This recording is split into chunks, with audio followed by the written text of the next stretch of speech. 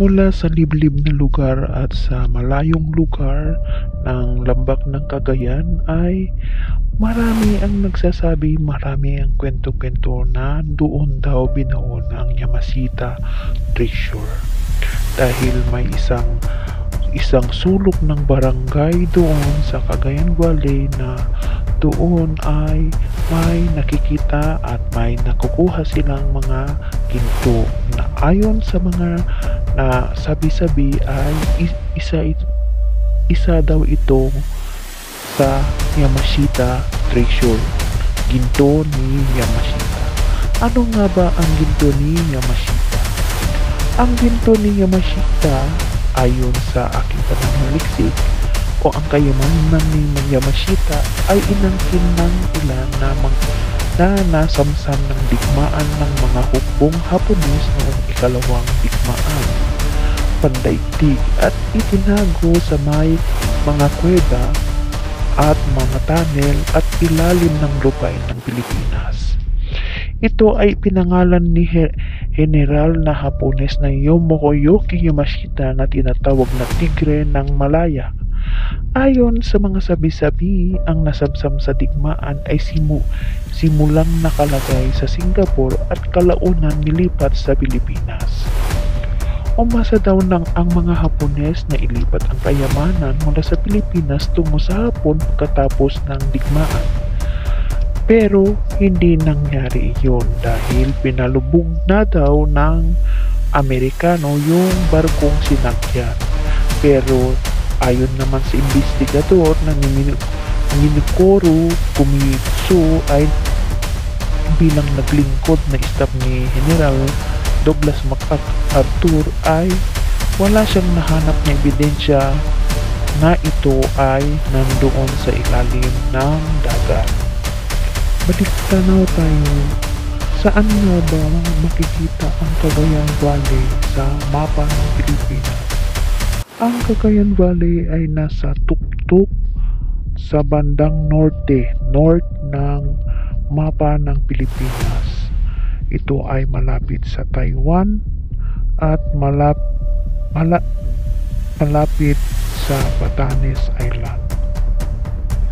At ang itong liblib na lugar na sinasabi nila ayon sa kwento-kwento ay nasa gitna ng isang barangay at ang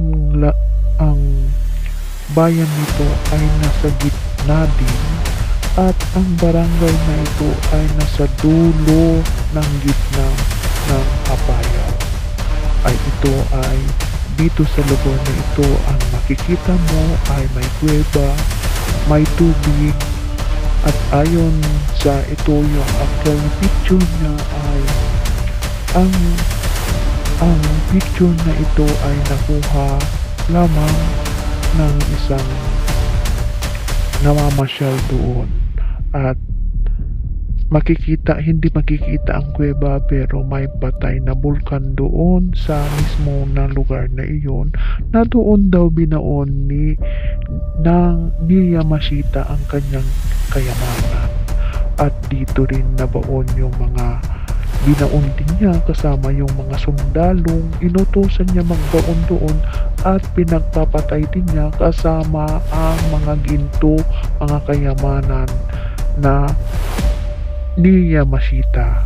Kaya hindi ito ganon kadali makukuha dahil may nagbabantay na engkanto, may nagbabantay na hindi maipaliwanag na mga pangyayari kaya sinasabing may engkanto doon.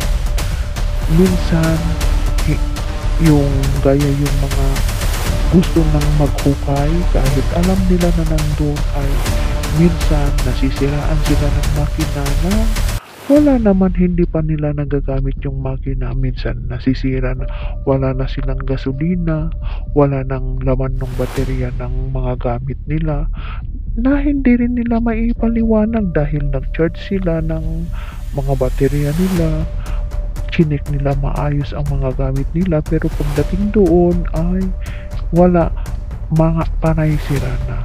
Maraming sumubok Ang alam ko maraming sumubok, marami din nabigo. M- May mga naglakas ng loob, pero uuwi pa rin bigong-bigo dahil laging may mga kababalaghan na nga mga nangyayari doon sa lugar na yun. Ang Yamashita, kayamanan ni Yamashita hanggang sa ngayon ay wala pang nakakuha maski sino man at wala pang nakakita maski sino man at mananatili itong alamat lamang at pwede rin natin sabihin kwentong bayan lamang dahil marami nagsasabi nandito, nandoon, nandoon sa liblib, nandoon sa tunnel, pero hanggang sa mga kwento-kwento lang hanggang sa ngayon.